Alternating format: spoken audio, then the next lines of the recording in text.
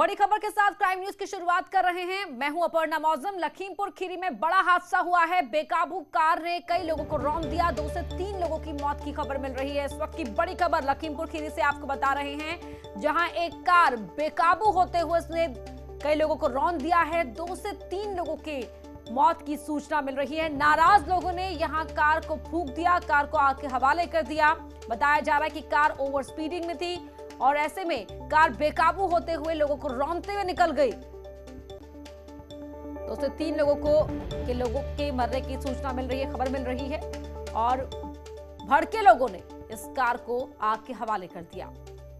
लखीमपुर खीरी से इस वक्त की बड़ी खबर आपको बता रहे हैं, जहां ये हादसा हुआ है। इन तस्वीरों में आप देख सकते हैं जिस कार को आग लगाई गई है उस कार ने ही यहां कई लोगों को रौंद दिया था और 2 से 3 लोगों के इस हादसे में मरने की खबर है। भड़के हुए लोगों ने इस कार को आग के हवाले कर दिया। काफी भीड़ इकट्ठा आप देख सकते हैं। यहाँ खेत में इस गाड़ी को जला दिया गया। लोग भड़के हुए थे, नाराज नजर आ रहे हैं और ये गाड़ी बेकाबू थी, दौड़ती हुई सड़क पर जा रही थी और इसी बेकाबू गाड़ी ने 3 लोगों को कुचल दिया। कई लोगों को रौंदने की खबर है, जिसमें से 2 से 3 लोगों के मरने की खबर मिल रही है। पुख्ता तौर पर क्या जानकारी है वो आपको बताएंगे। आप इन भड़के लोगों को देख सकते हैं, ये नाराज चेहरे जो बता रहे हैं कि किस तरह से यह दर्दनाक हादसा हुआ था और गाड़ी को फूंक दिया गया। गाड़ी पर इन लोगों का गुस्सा निकला है।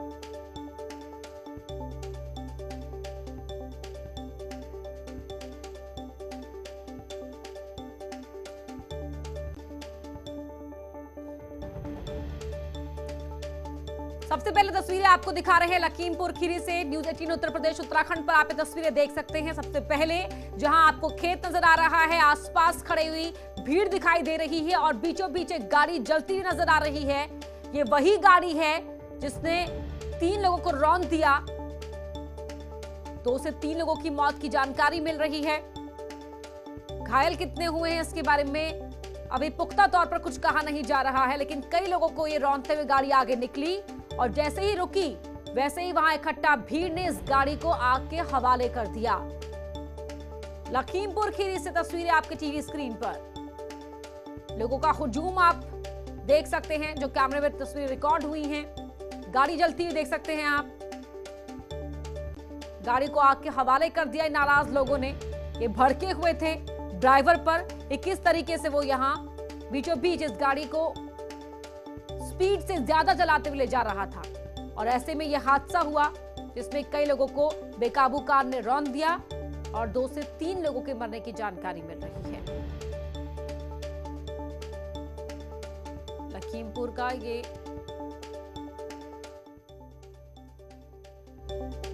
मनोज शर्मा हमारे सहयोगी फोन लाइन पर जुड़ रहे हैं। मनोज, किस तरह से यह हादसा हुआ था?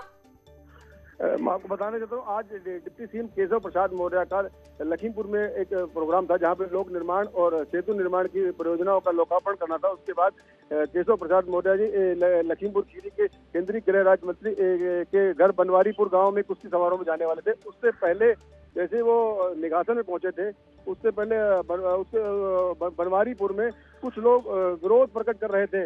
इस दौरान एक तेज रफ्तार गाड़ी आई और कुछ लोगों को कुचल गई। उसमें कुछ लोगों की मरने की सूचना भी आ रही है और 8 से 10 लोग घायल होने की सूचना भी है। लखीमपुर की आला अधिकारी मौके पे पहुंच रहे हैं। ड्राइवर का क्या हुआ मनोज? ड्राइवर मौके से भाग गया है।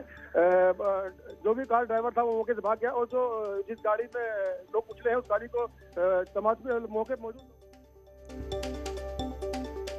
बहुत शुक्रिया मनोज आपका जानकारी के लिए।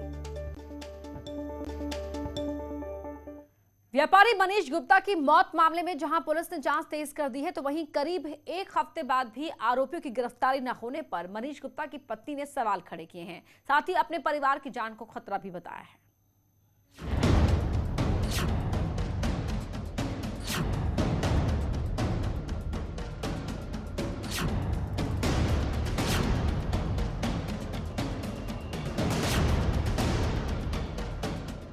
गोरखपुर में कानपुर के व्यापारी मनीष गुप्ता की मौत की जांच पुलिस ने तेज कर दी है। जांच के लिए गठित कानपुर पुलिस की SIT गोरखपुर में डेरा जमा चुकी है। जिस होटल में मनीष गुप्ता रुके थे उस होटल कृष्णा पैलेस की गहन जांच पड़ताल की जा रही है। होटल के कमरे, सीढ़ी और लिफ्ट को फोरेंसिक टीम और एसआईटी 6 घंटे तक खंगाल चुकी है। एसआईटी को होटल के कमरे में खून के निशान मिले हैं।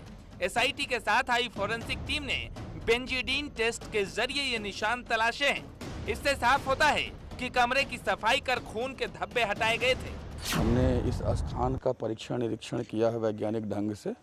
पिछले 5-6 घंटे से हमारी टीम ने, हमारी फोरेंसिक की टीम ने कमरे के भीतर, कमरे के बाहर, लिफ्ट में, सीढ़ियों पे और जहाँ कहीं भी हमें लगा कि हमें करना चाहिए, जिस तरह का नेचर ऑफ द केस है हमने किया है और ये जांच आगे कंटिन्यू करेगी।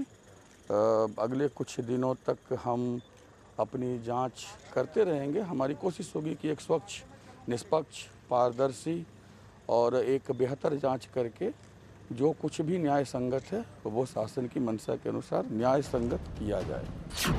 पुलिस के मुताबिक जब तक मामले की सारी कड़ियां जोड़ नहीं जाती, अभी जांच जारी रहेगी। सीन रिक्रिएट से लेकर तमाम बिंदुओं की बारीकी से जांच की जा रही है।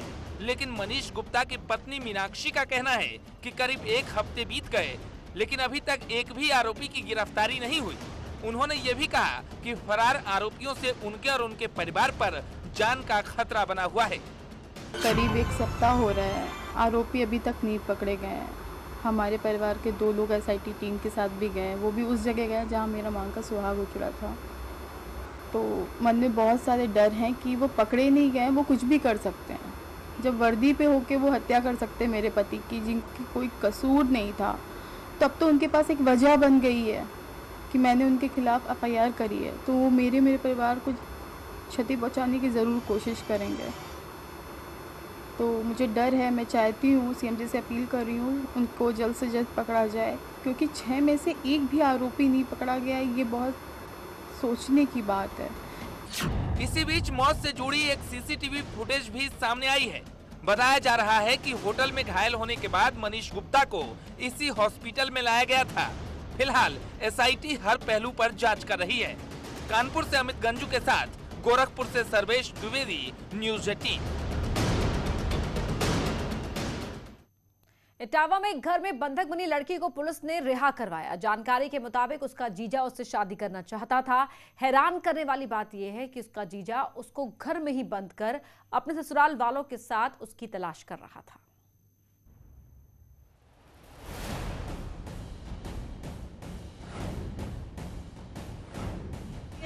गाड़ी में बंद कर लिया, कौन सा फोन आया गाड़ी बंद करके? अच्छा, पापा का फोन नंबर?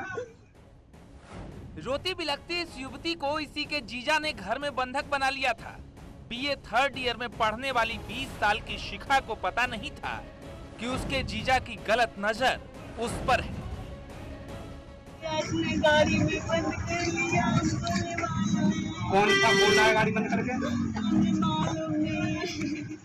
अच्छा, पापा का फोन नंबर हमें पता है। बताओ। बेटा गाड़ी का नंबर है पता? जानकारी के मुताबिक आरोपी जीजा अपनी साली से शादी करना चाहता था। इसी इरादे से आरोपी ने वैदपुरा थाने इलाके में किराए का कमरा लेकर साली को लाकर वहां बंद कर दिया। जब लड़की की चिल्लाने की आवाज लोगों ने सुनी तो पुलिस ने जेसीबी की सहायता से युवती को घर से बाहर निकाला। ये थाना पुलिस को सूचना मिली थी कि एक महिला एक मकान में बंद है और दरवाजा, उसका जो विंडो है वो खुला हुआ है, वहां से आवाज दे रही है। इस सूचना पर थाना पुलिस घटनास्थल पर पहुंचती है और उस महिला को कमरे से मुक्त कराती है। थाने पर लाकर उससे पूछताछ की जाती तो ये महिला थाना बकेवर में बराव गांव की रहने वाली है और ये अपने जिया के साथ आई थी। जिया के द्वारा ही इसे कमरे में बंद किया गया था। इस संबंध में थाना बकेवर को सूचना दी गई और बकेवर पुलिस ने आके इस महिला को अपने साथ ली गई है और वहीं पे इसका अपराध पंजीकृत हुआ है। आरोपी सुधीर कुमार टोलकर्मी है, जिसकी शादी इस युवती की बड़ी बहन से हुई थी। लेकिन आरोपी की नीयत खराब हो गई और साली से शादी के सपने देखने लगा। 29 सितंबर को आरोपी अपनी साली को फुसला कर ले गया और बैदपुरा में किराए के मकान में कैद कर दिया। हैरान करने वाली बात यह है कि खुद ही साली को कैद कर ससुराल वालों के साथ लड़की को ढूंढने का आरोपी नाटक भी करने लगा। साली के बयान पर बकेवर थाना में अपहरण और बंधक बनाने का केस दर्ज किया गया है। फिलहाल पुलिस आरोपी की तलाश कर रही है। दिनेश शाक्य, न्यूज़ 18, इटावा। बरेली में डबल मर्डर से सनसनी फैल गई। दो दोस्त एक साथ बाइक से लकड़ी बेचने निकले थे, लेकिन दोनों के शव खेत में मिले।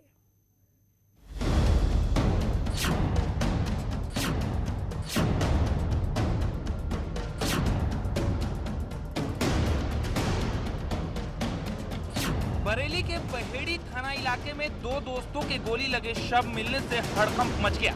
घटना की जानकारी मिलने के बाद मौके पर पहुंची पुलिस को एक का शव धान के खेत में तो दूसरे का शव सड़क किनारे झाड़ियों में मिला है। 5 बजे लकड़ी की ट्राली लेकर, फिर उसके बाद पूरा बताइए।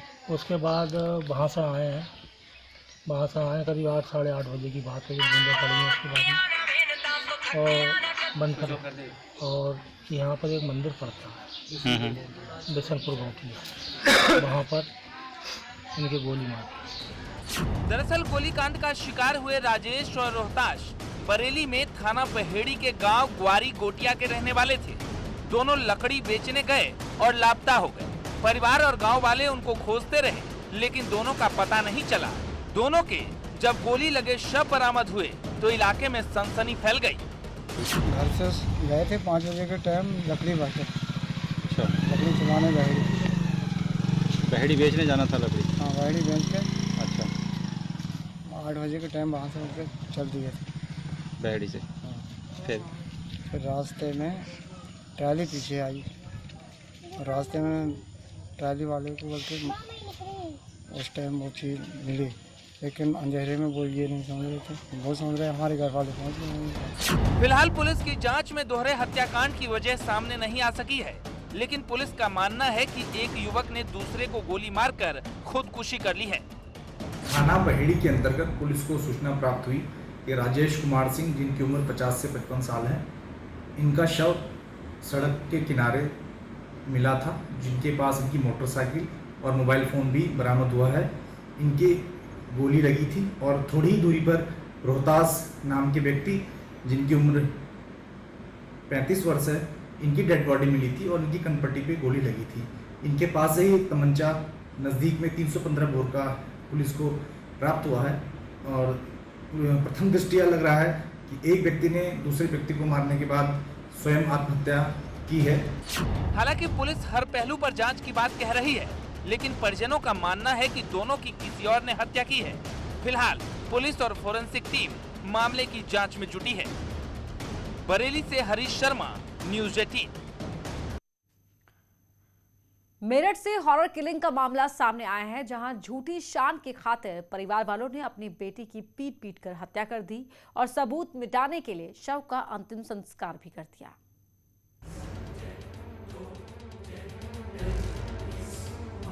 मेरठ में प्यार की सजा एक बेटी को मौत के रूप में मिली।